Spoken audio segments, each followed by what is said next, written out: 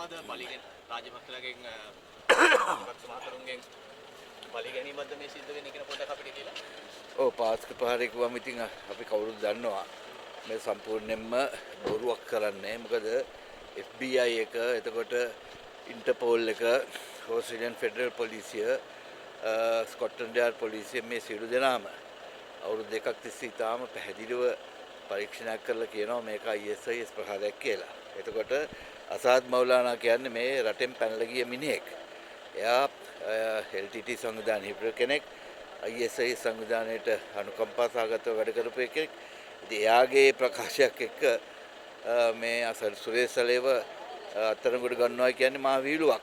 ඉතින් ඒකෙන් වෙන්නේ ඇත්ත වශයෙන්ම අර FBI එකේ තියෙන පරීක්ෂණය පවාට අපහාසයකට අවමානයකට ලක් කිරීමක් වෙන්නේ. ඉතින් මම හිතන්නේ දැන් යනකොට ජාත්‍යන්තර බුද්ධි සේවා සියල්ලක්ම අපේ ලංකාව දිහා ලංකාවේ රජය දිහා ලංකාවේ අපරාධ පරීක්ෂණ දෙපාර්තමේන්තුව දිහා නිකන් අවඥා සහගතව පිළිකුල් සහගතව බලන ප්‍රවණතාවයක් තමයි දැන් ඇවිල්ලා තියෙන්නේ. මොකද ඒක සම්පූර්ණයෙන්ම දේශපාලනීකරණය කරලා මේ කරන දේ. ඒ වගේම තමයි මේ වින්දිතයන්ට කරන අසාධාරණ මේ කතෝලික සභාව ඇතුළු මේ CID එක මේ වින්දිතයන්ට කරන අසාධාරණ. මොකද වින්දිතය හැටියට ගත්තොත් ඒ 200 ගාණක් මරුණා 500 ගාණක් අබාධිත වෙලා තියෙනවා තුවාලලා තියෙනවා. මේ අයගේ මේ නඩුව අවසන් දැන්. නඩුව අවසන් වෙලා නවම්බර් 24 දිනට අධිචෝදනා ගොනු කරලා තියෙනවා. චෝදනා 23000කට වැඩි ගාණක්. ඒ නඩු දැන් යනවා.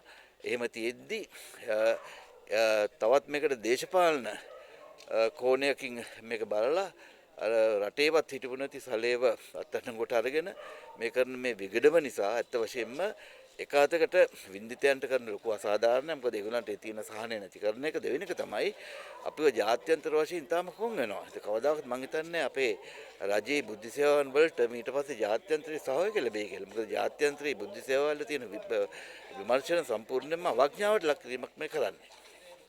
ඕකේ. ඉබ්‍රාහිම් අපි ජාතික ලස්තු මන්ත්‍රී ඒ ස්ටේජ් හිටපු. ඔහු ගැන කිසිම කතාවක්. ඔව් ඉබ්‍රාහිම්ගේ පුතු දෙන්න තමයි ශංගිලා එකේ කිංස්බරි එකේ මරාගෙන මැරුණේ. ඉබ්‍රාහිම්ගේ ලේලි බඩදරු ලේලි එතකොට ළමයි තුනේ දෙමළකොට දිග මරාගෙන මැරුණා. එයාගේ ලැප්ටොප් එකේ තමයි එක්ස්ප්ලෝසිව් තිබ්බේ. එතකොට එයා තමයි මුදල් ගෙව්වේ.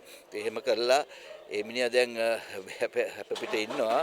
රටේවත් හිටපු සුරේසලේ දැන් මේ 6/4 සෙල් එක දාලා තියෙනවා. දැන් එයාට වෙච්ච අසාධාරණ නිසා තමයි දැන් මහ ඉස්පිතාලට ඇඩ්මිට් කරලා තියෙන්නේ. ඉතින් මේක ඇත්ත වශයෙන්ම විහිළුවක් කියලා සම්පූර්ණ ජනතාව දන්නවා. ඉතින් මේගොල්ලන්ට සම්පූර්ණ ඉදිරියේදී මේ පිළිබඳව නීති මාර්ගයෙන් කටයුතු කරන්න සිද්ධ වෙයි.